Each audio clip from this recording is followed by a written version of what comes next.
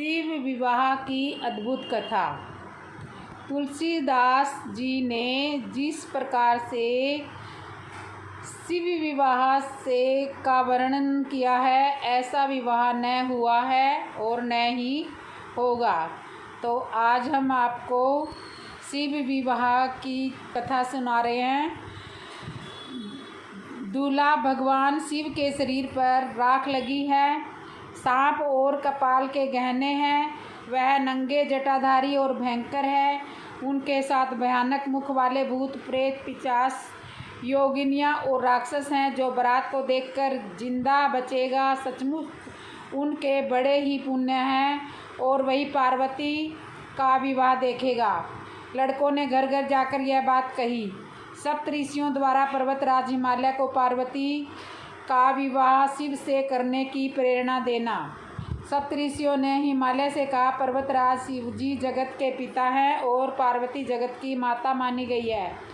शिव जी को अपनी कन्या देकर तुम कृतार्थ हो जाओगे। पर्वतराज हिमालय ने कुछ भयभीत होते हुए कहा, मेरा हृदय शूलपाणी को अपनी कन्या देने की अनुमति नहीं दे रहा है, जिसके पास न तो राजाओं सी सामगिरी है और न ऐश्वर्य है, न स्वजन है और न ही बंधु बांधव ही है। रहने तक को कोई घर भी नहीं है। उसे भला कोई पिता अपनी कन्या देने की मूर्खता क्यों करेगा। परंतु बोलने से निपुण सप्तऋषियों ने पर्वतराज हिमालय और महारानी मैना को अपनी कन्या शिव जी को समर्पित करने के लिए राजी कर लिया। शिवगणों ने वर का कैसे श्रृंगार किया। श्री रामचरितमानस में गोस्वामी तुलसीदास ने शिव जी के दूल्हा वेश का बहुत ही सुंदर चित्रण किया है। कैसे शिव जी दूल्हा बने हैं, ये सारा ही इस वृत्तांत में सुनाया गया है। शिव जी के गण शिव जी का श्रृंगार करने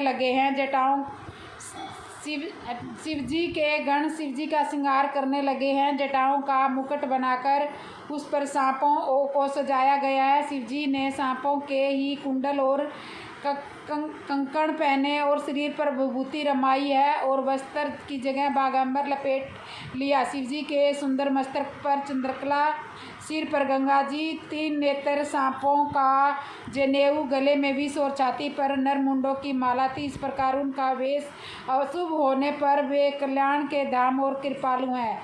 एक ही हाथ में त्रिशूल और दूसरे हाथ में डमरू सुशोभित है। गणों के मध्यम परम गुणी 10 भुजाओं से युक्त, हाथ में पिनाक, शूल और कपाल लिए, गज चरम ओढ़े हुए शिवजी सफेद टाक के समान धर्म रूपी प्रसंग पर सवार होकर गौरा जी को ब्याहने चले हैं। बाजे बज रहे हैं। शिव जी को देखकर देवगणाएं मुस्कुरा रही हैं और कहती है कि इस वर के योग्य दुल्हनिया संसार में कहीं नहीं मिलेगी। जैसा दूल्हा वैसी ही उसकी बारात। देवताओं के साथ शिव जी के गण भी बाराती बने हैं। प्रेत के आसन पर सवार शिव जी की बहन चंडी, भूत प्रेत पिशाच बेताल, ब्रह्म रक्षा शाकिनी, प्रथम याचुमान, किन्नर आदि समस्त रुद्र सेना शिव जी की बारात में आए हैं। बारात हिमालयपुरी में प्रवेश कर चुकी थी। शमशान निवासी ढेर के ढेर भूत पिशाच नगर की वेदिकाओं में घूम रहे थे। भय के मारे नगर के सारे घरों के द्वार बंद हो गए। छोटे छोटे बालक घबराहट के कारण अपने घर का रास्ता ही भूल गए और घर घर जाकर कहने लगे, प्रेत पेताल और भयंकर भूत बराती हैं तथा बावला वर बैल पर सवार है। हम सत्य कहते हैं, जो जीते बच गए तो करोड़ों ब्याह देखेंगे। बारात में भगवान शिव के भयानक एवं सौम्य दोनों ही रूपों के दर्शन है। पार्वती जी के साथ विवाह के अवसर पर बारात में भगवान शिव के भयानक एवं सौम्य दोनों ही रूपों के दर्शन हुए हैं। महारानी मैना ने पर्वतराज हिमालय से कहा, गिरजा के होने वाले पति को पहले मैं देखूंगी। शिव का कैसा रूप है, जिसके लिए मेरी बेटी ने ऐसी उत्सुक तपस्या की है। भगवान शिव महारानी मैना को भीतर के अहंकार को जान गए और उन्होंने अद्भुत लीला की। महारानी मैना के अहंकार को दूर करने के लिए शिव ने रचा अद्भुत रूप। भगवान शिव महारानी मैना के सामने आए। वे वृषभ पर सवार थे। उनके 5 मुख थे और प्रत्येक मुख में 3-3 नेत्र थे। सारे नेत्रों पे विभूति लगाए, मस्तक पर जटाजूट, चंद्रमा का मुकुट, 10 हाथ और उनमें कपाल, पिनाक, त्रिशूल और ब्रह्मा रूपी डमरू आदि लिए, बागांबर का दुपट्टा, भयानक आंखें, आकृति विकराल और हाथी की खाल का वस्त्र। भगवान शिव समय जितने अद्भुत थे, उनके अनुचर भी उतने ही निराले थे। शंकर जी के विकट वेश रूप को देखकर स्त्रियां भयभीत हो गई। विकट वेश को देखकर वहाँ की स्त्रियां भयभीत हो गई। महारानी मैना का नारद जी पार्वती जी को फटकारना। महारानी मैना का नारद जी पार्वती जी को फटकारना। राजा हिमाचल के घर में प्रलय मच गया। शिव के स्वरूप को देखकर महारानी मैना मूर्छित होकर गिर पड़ी। फिर सचेत होकर नारद को कोसने लगी। दुर्बुद्धि देवऋषि, तुमने मुझ नारी को ठग लिया। हाय, मैं क्या करूं, कहाँ जाऊं, कहाँ गए वे विश्ववक्ता ऋषि? अगर मिल जाए तो मैं उनकी दाढ़ी मूछ ही उखाड़ लूं। इस समय वशिष्ठ जी की तपस्विनी पत्नी भी न जाने कहाँ गई। वही आई थी अगुआ बनकर। क्रोधावेश में महारानी मैना अपने पुत्री को भी कटु वचन सुनाने लगी। अरे दुष्ट लड़की, तूने समय ही श्रवण की मुद्रा देखकर कांच खरीदा है, चंदन छोड़कर कीचड़ लपेटा है, हंस उड़ाकर पिंजड़े में कौवा पाल लिया है, सूर्य छोड़कर जुगनू पकड़ लिया है, सिंह को छोड़कर सियार का आश्रय लिया है, रेशमी वस्त्र को त्याग कर चमड़ा क्यों पहनना चाहती है? कहाँ तुम कमल के समान विशाल नेत्र वाली और कहाँ सी भयंकर 3 नेत्रों वाले विरूपाक्ष? कहाँ तुम चंद्रमा के समान मुख वाली और कहाँ शिव 5 मुख वाले? तुम्हारे सिर पर सुंदर वेणी और शिव के शरीर पर जटाजूट, तुम्हारे शरीर पर चंदन का लेप और शिव जी के शरीर पर चिता भस्म। कहाँ तुम्हारा दुकुल और कहाँ शिव का गजचरम? कहाँ तुम्हारे दिव्य आभूषण हार और कहाँ शिव के शरफ और उनकी मुंडमाला? कहाँ सभी देवता तुम्हारे सेवक और कहाँ भूतों तथा बलि को प्रिय समझने वाला यह शिव? कहाँ तुम्हें सुख देने वाला मृदंगवाद और कहाँ उनका डमरू? कहाँ तुम्हारी भेरी की दमनी और कहाँ उनका अशुभ भेड़ी का शब्द? कहाँ तुम्हारे बाजे ढक का शब्द और कहाँ उनका अशुभ गले का शब्द? उन्होंने तुम्हारे प्रिय कामदेव को भी भस्म कर दिया है। उनकी न जाति का पता है और न ही ज्ञान और विद्या का। न तो उनके पास धन है और न ही घर है और न ही उनके माता पिता और भाई बंधु है। उनकी उम्र भी विवाह योग्य नहीं है। गले में विष दिखाई पड़ता है। वाहन भी बैल है। भूत पिशाच भी उनके सहायक है। स्त्रियों को सुख देने वाले जो गण वरों में बताए गए हैं वे एक भी उनमें नहीं है। उनमें नहीं है।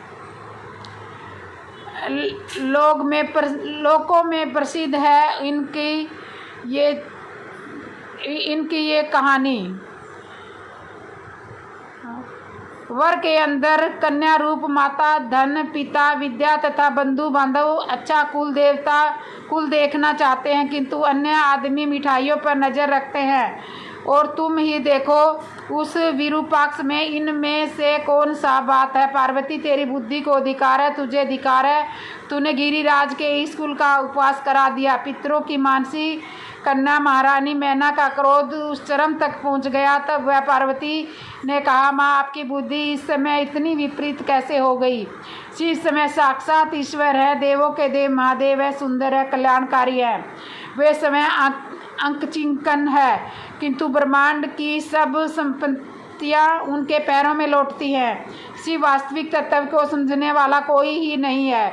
मैंने मन वचन क्रम से शिव का वर्णन किया है।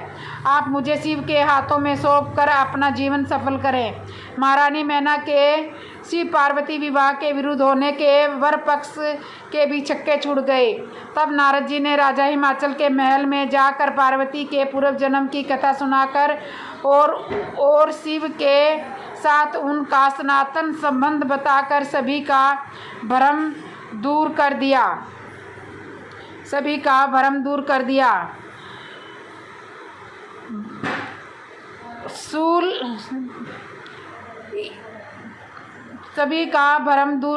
समय भगवान विष्णु द्वारा समझाए जाने पर महारानी मैना इस शर्त पर राजी हुई कि शिव इस अमंगल वेश को त्याग कर सुंदर वेश में मेरी पुत्री से विवाह के लिए आए, तभी मैं अपनी पुत्री उन्हें दूंगी। भगवान शंकर का मंगलमय वैवाहिक वेश शूलपाणी शिव ने देखा कि मैना के अनुरूप ही स्वरूप धारण करने के अतिरिक्त और कोई मार्ग नहीं है। अतः लौकिक गति को देखकर और देवताओं के मनाने पर भूतनाथ शिव ने अपना सहज वेश बदल लिया।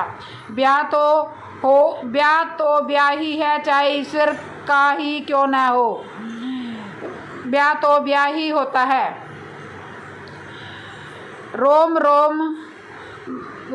ब्याह तो ब्याह मंगल वैवाहिक वेश में भगवान शिव करोड़ों सूर्यों के समान तेजस्वी, कामदेव से भी अधिक सवरग, सुंदर, प्रसन्न, मुद्रायुक्त, मनोहर, गौरवर्ण, लावण्य से युक्त, मालती की माला पहने, रतन जड़ित मुकुट धारण किए, गले में सुंदर हार व हाथों में कंगन और बाजूबंद पहने, बहुमूल्य रेशमी वस्त्र धारण किए, चंदन अगरू कस्तूरी के लेप लगाए, हाथ में रत्न में दर्पण लिए हैं। उनका गज चरम नीलांबर हो गया और इतने सरफ थे वे मणि में आभूषण हो गए। विष्णु आदि समस्त देवता बड़े प्रेम से उनकी सेवा कर रहे थे। सूर्यदेव ने छत्र लगा रखा था, चंद्रदेव मस्तक पर मुकुट बनकर उनकी शोभा बढ़ा रहे थे। गंगा और यमुना भगवान शिव को चंवर डुला रही थी, 8 सीधियाँ उनके आगे नाच रही थी। अप्सराओं के साथ गर्धव ऋषि का यशोगान करते हुए चल रहे थे। उनको देखकर ऐसा जान पड़ता था मानो शिव जी शारदीय पूर्णिमा के चंद्रमा है, देवता लोक नक्षत्रों के समान है तथा उन्हें देखने के लिए उनके चारों ओर नगरवासी चकोरों के समुदाय की भांति सुंदर लग रहे थे। शिवजी के गणों का वेश भी मंगलमय हो गया। ऐसे सुंदर रूप वाले उत्कृष्ट देवता भगवान शिव को जा माता के रूप में देखकर महारानी मैना चित्रलिखी सी रह गई और चंद्रलेखा से अलकृत दूल्हे की आरती उतारते हुए महारानी सखियों से कह रही थी। ऐसा अवर्णनीय मनोहर स्वरूप महारानी मैना की सारी चिंता व शोक सब दूर हो गए और उन्होंने अपने पहले अक्षम्य व्यवहार के लिए शिवजी से माफ़ी मांगी। इस प्रकार विचित्र दूल्हे का अपनी नित्य संगनी से संयोग हुआ। भगवान शिव के विचित्र प्रवेश का भाव। भगवान शिव संसार के विचित्र दूल्हे हैं, सबसे अलग, एकदम न्यारे। मनुष्य जब विवाह करता है तो उसे उपटन, हल्दी, तेल, फुलेल आदि लगाकर सुंदर बनाने की कोशिश की जाती है, परंतु भगवान शिव ने तो वर वेश में ही भस्म धारण कर शरीर की नश्वरता का बोध कराया और संदेश दिया कि जीवन में शरीर मुख्य नहीं है, वह तो एक दिन भस्म होने वाला है। भगवान शिव ने सर्वलोकों के अधिपति होकर भी विभूति और व्यायाम चरम को अपना भूषण वसन बनाकर संसार में वैराग्य को ही श्रेष्ठ बतलाया है। शिव जी के आभूषण में सरफ लिपटाकर यही संदेश दिया कि यदि आभूषणों से ज़्यादा आसक्ति हुई तो भूषण ही भुजंग की तरह डसने लगेंगे। संपत्ति का अतिरिक्त विपत्ति है, अति सुख का दूसरा नाम दुख है। शिव जी ने आभूषण के रूप में सरफ लिपटाकर जगत को अनासक्ति का आदर्श दिखाया। शिव जी ने त्रिशूल के रूप में 3 शूलों काम, क्रोध और लोभ को अपने हाथ में पकड़ा है, अर्थात इन तीनों दर्पणों पर शिव जी का नियंत्रण है। वर वेश में मनुष्य घोड़ी पर बैठता है, पर शिव नंदी पर सवार होकर गौरा को ब्याने चले हैं। 4 पैर वाला नंदी धर्म का स्वरूप है। नंदी की सवारी का शिवजी यही संदेश देते हैं कि मेरा गृहस्थ जीवन भी धर्ममय होगा। शिवजी के व्रत में रुद्र सेना, तामस से तामस, यक्ष, भूत, प्रेत, पिशाच, बेताल, डाकिनी, शाकिनी, इसी तथ्य को इंकित करते हुए परमेश्वर यही है जिसे सब पूजे। शिव ही निरंकार, निर्गुण, निष्काल ब्रह्म है और उमा ही उनकी माया है। माया होने से ही शिव सद्गुण, साकार और सभी शेष हो जाते हैं। यही शिव अपनी माया उमा के साथ कभी सहयोगी होते हैं तो कभी वियोगी होते हैं और जगत के कल्याण के लिए अनेक लीलाएं किया करते हैं। बोलो शिव शंकर भगवान की जय। कावड़ यात्रा किसने शुरू की?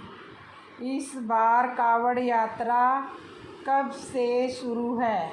सावन महीने शिवजी के भक्तों के लिए बहुत खास होता है। हिंदू कैलेंडर के अनुसार 5वां महीना सावन है। इसी महीने से कावड़ यात्रा भी शुरू होती है।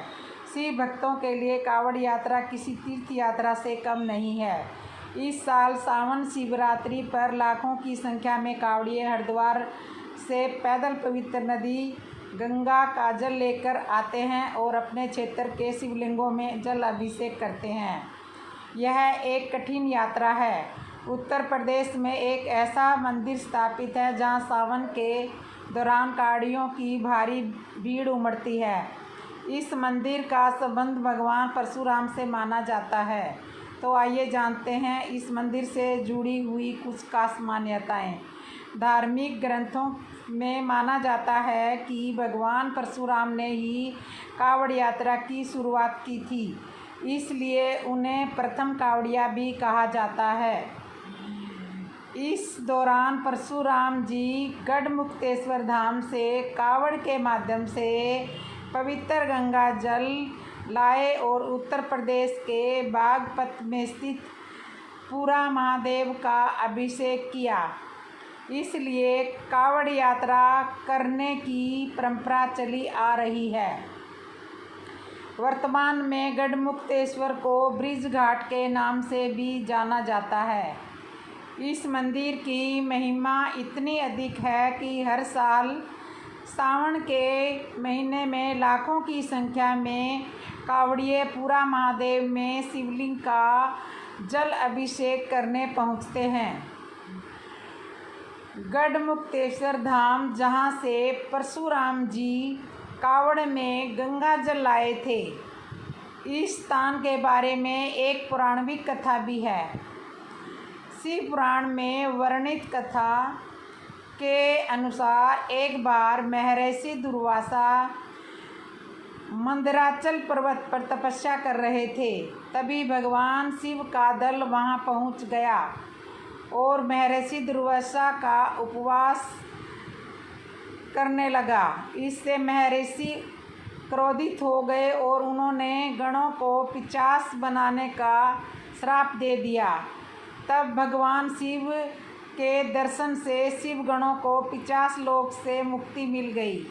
इसलिए इस मंदिर को गढ़मुक्तेश्वर यानी लोगों को मुक्ति देने वाले भगवान के नाम से भी जाना जाता है।